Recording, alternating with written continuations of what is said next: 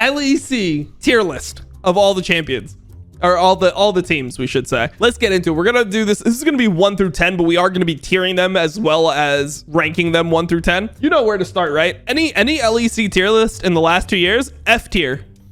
Astralis, right off the bat. I don't even think you can say anything about that. It just is what it is. Last Astralis, 10th place. I'd be very surprised if they win more than 4 games the entire split. I think a successful split for Astralis is like 5 wins. If they go 5 and 13, you're like, nice, bro. We fucking did it. Like, we accomplished everything we set out to. C tier. I'm going to put a lone C tier team as well. 9th place, I believe, to be BDS. I don't really see any reason why they shouldn't be 9th place. Xmatty is still there. They moved up Erdote. I don't really know what to think about that. I think that top lane, slight upgrade, but still don't really think that what they did solves any of their team's problems. And I think that they're just still going to be one of the worst teams. The problems that they had weren't even really player related. They just actually had no brain. They're by far the dumbest team in LEC last split. They were even dumber than Astralis. Like, Astralis at least had strategy. They played those engage pick comps. They like roamed around with like Jarvan, Leona, and they were making plays. They knew which fights they wanted to fight. They just kind of like sucked. But they at least had more of an identity. And also, Astralis won 3 times the games in the back 9 than BDS. So BDS still don't think that they're going to be any better. Okay, now I'm going to put 2 teams in B tier. So I actually think SK is not bad. Like, I don't think SK is going to be a terrible team. I think there's going to be like a break here between SK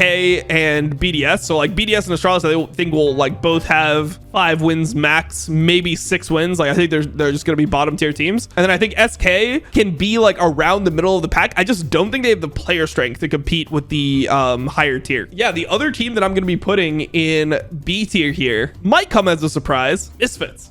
So I think that Misfits they were already exposed by playoffs, but they were, even though they got 4th last split, is because of the fact that they were literally seeded so high that the lowest they could get was 4th. Like, Vetio just can't carry the whole team, and obviously Lee Sin is worse now, so that's a nerf to Schlatten. I don't think Mersa like showed that high of a level in Spring Split. He's still super young. Now they're coming in with another rookie top lane, so I just think that this team is just way too raw. They just don't have the experience to compete. So this is probably, so essentially the way that I would consider this is like there's non-playoffs and then playoffs. So I think that out of the non-playoff teams, I expect Misfits to be the best slightly. I could see it being this too. I could see SK being higher than Misfits, but I think that in general you're going to see these be the bottom feeders of the league for the most part. Next tier, A tier. So these will be the bottom playoff teams. 6th place in LEC, we have got XL. I don't think they'll be a bad team. I just think that they're going to be limited once again. I think that they're going to essentially end up being a similar team to where they were last split, where they just don't have the players skill to compete with the absolute top teams. I think Marcoon is really good. I think Patrick is solid. I think Mickey X is really good. But I think that their solo lanes will essentially just be gapped. I mean, look at like solo lanes compared to anyone else. Like, I guess you could say that, like, I mean, Armood had a bad split. I guess you could say maybe you would take Finn there, but then you have Niski as well. And then you look at solo lanes, Larson and Odo, always fucking good. Vitality, you have Perks and Alfari, who underperformed, but I don't think that they'll be worse than XL's solo lanes. And then also I think Perks just was better than Nuke Duck for the whole split. Humanoid and Wonder, definitely better. BB and Caps, definitely better. So I just feel like their solo lanes are too gapped to compete with the top teams. I guess this will be mildly controversial. I don't think that this is actually a likely ranking for Vitality, them getting 5th, but I think that they're just going to be like either really good or really bad. And I guess like their average would be 5th. So I think that the way this goes is like either Vitality is going to be insane. Like if Bo plays anything like he did in LPL, they're insane, right?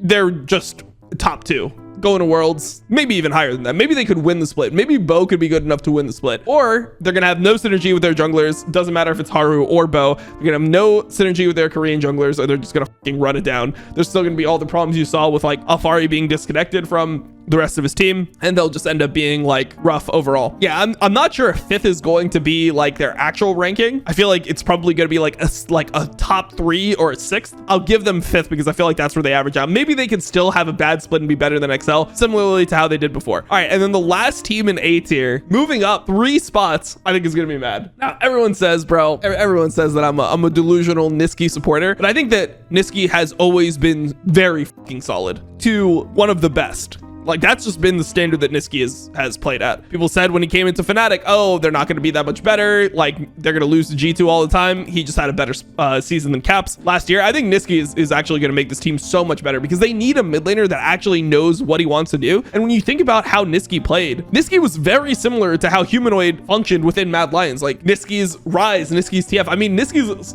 champion pool was essentially modeled after what Humanoid was playing last year. And anytime you talk to Niski, you heard him talk about how much respect he had for Mad Lions mid game. And now you look at this team, I think they're essentially the same team that they were before, maybe slightly less synergy, whatever. Maybe Niski won't be as good still though. Like, I just think that the team will be back in form. I'm going to put them 4th. I mean, yeah, I mean, I think Armud is still an issue. Armud still had a bad split for sure, but I think that he'll benefit a lot from playing with somebody like Niski, because what does Niski do super well? Niski plays to his side lanes. Like, Armud, he's just kind of an inter when he's left alone. But if you visit his lane and stuff, like, he knows how to play out gank situations. If we see the return of Narmut, you know, obviously this team is going to be one of the teams that's going to be like flexing Wukong, so I think that will help them out. Also, if the meta becomes like hyper carry 80 carries, I think that will fit well into what Unforgiven wants to do. And then Armut can be on dog champions like Orin, etc., which I think that he'll be able to play. So yeah, I think Mad Lions is going to be the like, I'm going to be pretty high on them this split. I expect them to return to form and be like a solid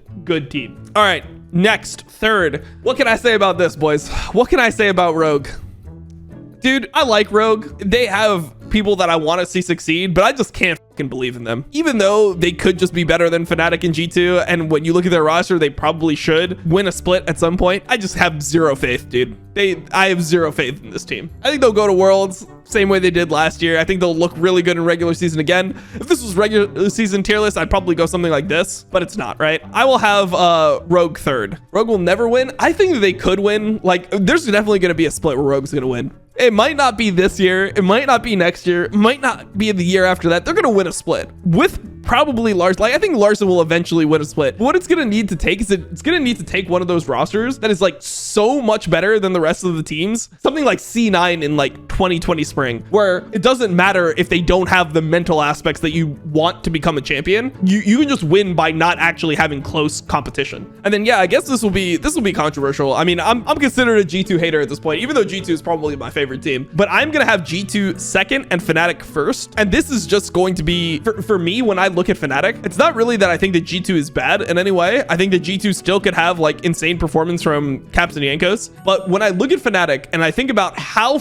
poorly they played in their 2 probably best role, like they have Humanoid and Hillsong, and they were the worst players on Fnatic in playoffs. Like, and Humanoid, we've seen his peak. When Humanoid plays well, he's the best mid in EU. The only thing that beats Humanoid in form is Caps in form. But if Hilly's in form, I think that that's where this just tilts into a Fnatic favorite matchup. I think that Fnatic bot lane is still better. Similar to how kha'zix had like a good trajectory on Mad Lions like 2 years ago. I feel like you have that good trajectory from Flocked and Targamas, but the laning is just not top tier yet. Upset and Hilly are still insane in lane. If Hilly just doesn't run it down completely and he just plays at all like Hillsong, I mean, dude, people wanted him to be MVP. It was a little bit controversial that Vetio won MVP because people still thought last split that Hillsong was the best player within LEC. I just try to think about like what these teams look like if both teams play at their peaks. And I think if both teams play at their peaks, I think that Fnatic is a better team. But we'll see. I think it'll be close. I think that these two are top 2 though. Like, I could even do something like this. I think that this would even be fair, at least from my perspective.